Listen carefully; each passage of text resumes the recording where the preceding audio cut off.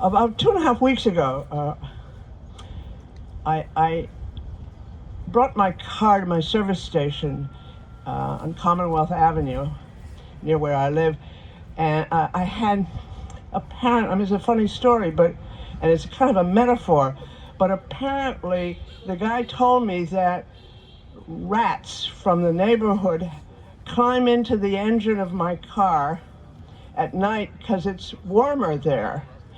And they leave little turds, that's how they know. And so he gave me some, it's a kind of a peppermint spray that they don't like peppermint spray. And he put the can of the peppermint spray on the, where the passenger in the second, whatever, the back seats, right?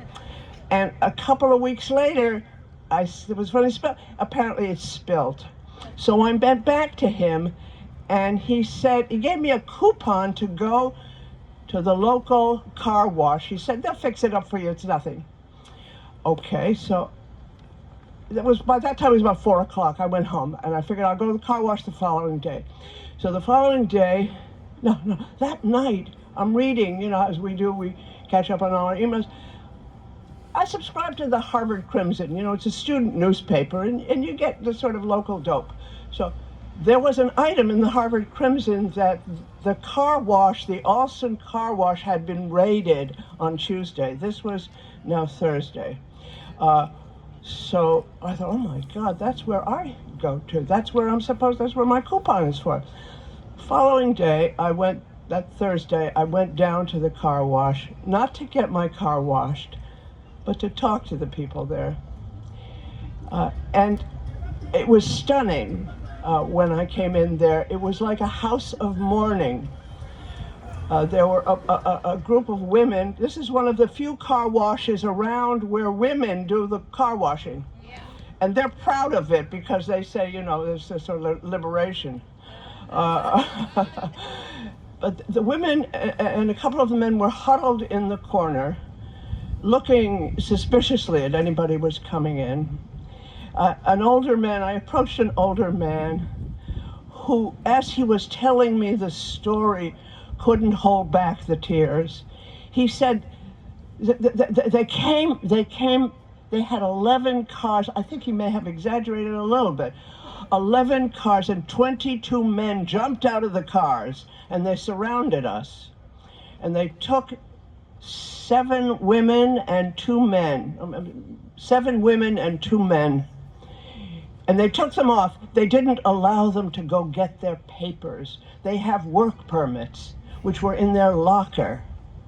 They didn't allow anybody to do anything. The owner, he's a white guy, they said, the owner was there, and they pushed him away. This was, and many of you may know this car wash. It's on the way. You go down Cambridge Street as you're going to get onto the turnpike, or if you head straight forward, it's the river. You can take Storrow Drive or go over to Cambridge. It's right there on Cambridge Street. It's a busy thoroughfare. So they were despondent, and what they said was, they took 7 women, the worst of the worst, right? Yeah. The worst of the worst. And what did they need guns for? What were we going to do to them? Their guns. Anyway, the following day, I went back and I asked to talk to the manager. Manager was a lovely, tall, warm Latino man who brought me into the office. You know what an office is like in a car wash. and he told me they didn't know anything about what they did hear was that 3 of the people had been shipped off to maybe Louisiana or Texas. They didn't know exactly where. Maybe one guy was in Vermont.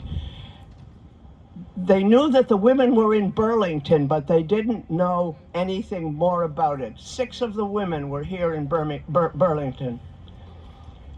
The following, and they did say that the city councilor, Liz Brereton, 15 minutes after the raid was already there, and she must have contacted Lucy. Lucy was the hero in the story.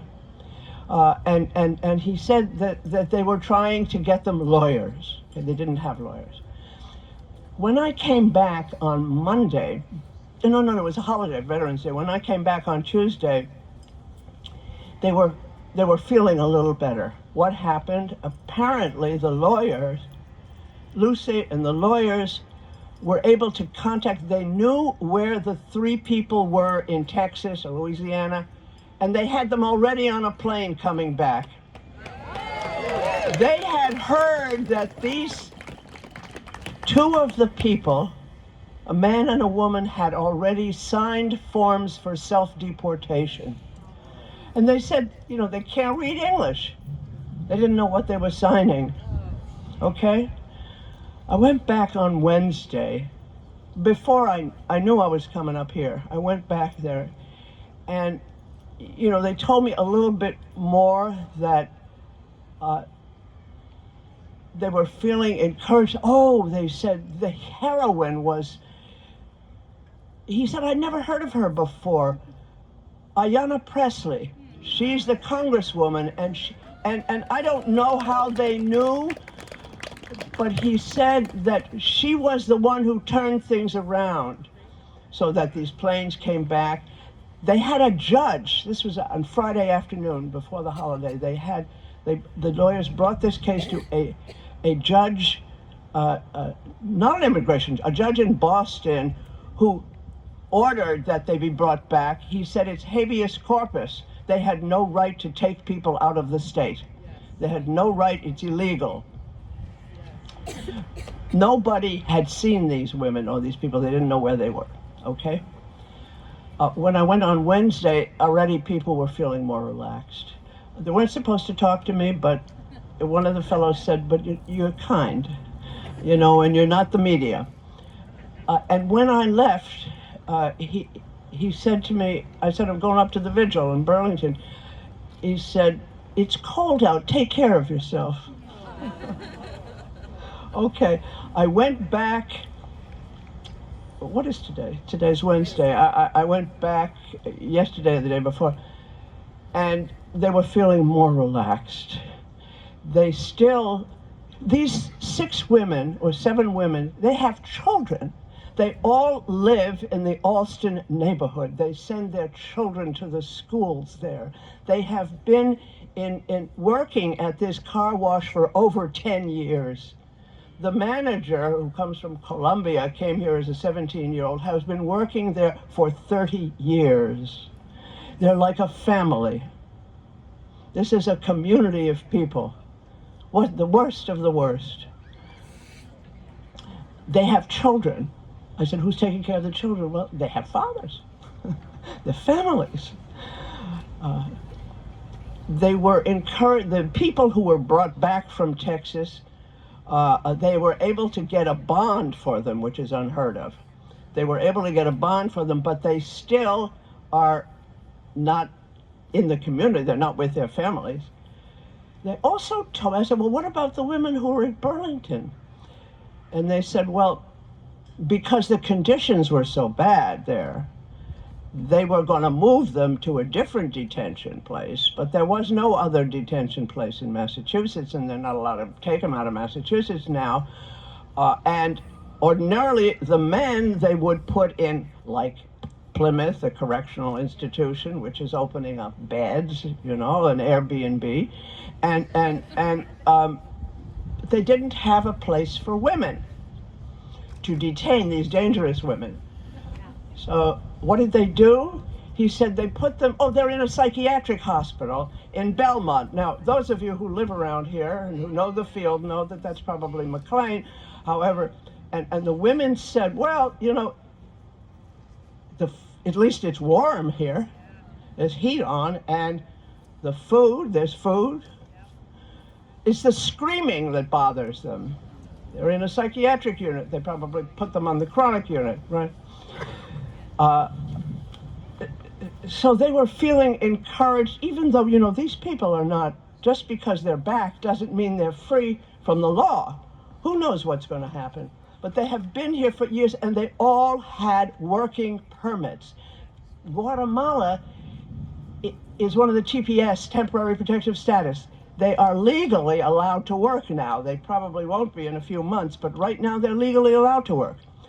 One of the men said to me, one of the managers said to me, which is an interesting thought, he said, you know, they say they identified them.